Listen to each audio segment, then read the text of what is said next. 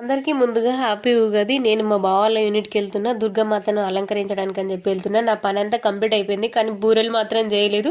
ఇక్కడ నుంచి వెళ్ళిన తర్వాత బూరెలు చేయాలిగా. మా బావ నిన్ననే కాల్ చేసి టెంపుల్లో వర్క్ ఉందట, టెంపుల్కి వస్తావా అని అడిగిండు. నేను ఇంకొక ఆమె ఇద్దరం వెళ్ళిపోయినాం. ఈ రోజుల నుంచి నవరాత్రులు స్టార్ట్ అయిపోతాయి కదా, చాలా మంది నవరాత్రులు తినరు. ఈ డిఫెన్స్ లో కూడా తినని వాళ్ళు చాలా మంది ఉన్నారు. ఓన్లీ ఫ్రూట్స్ మాత్రమే తింటారు. ఈ 9 days అన్నం అస్సలు తినరు వీళ్ళు. ఇక్కడ ఈ అమ్మవారికి సంవత్సరంకి ఒక్కసారి మాత్రమే అలంకరణ చేస్తారు. ఏంటంటే ఈ శ్రీరామనవమికి మాత్రమే. మళ్ళీ ఇంకొకసారి దసరా ఫెస్టివల్ అప్పుడు పూజ జరుగుతుంది. అప్పుడు ఫ్యామిలీ మెంబర్స్ అందరినీ ఇన్వైట్ చేస్తారు. కానీ ఇప్పుడు మాత్రం ఎవరిని ఇన్వైట్ చేయరు. వాళ్ళే హోమము అవన్నీ పూజలన్నీ వాళ్ళే చేసుకుంటారు.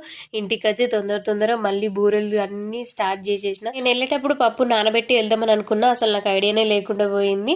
వచ్చిన తర్వాత వెంటనే పప్పుని కుక్కర్లో వేసేసిన. ఇక 4-5 విజిల్స్కి అది ఉడికిపోతుంది. ఇంతవరకు నా ఛానల్ ఎవరైనా సబ్స్క్రైబ్ చేసుకొని లైక్ చేయడం మాత్రం మర్చిపోకండి.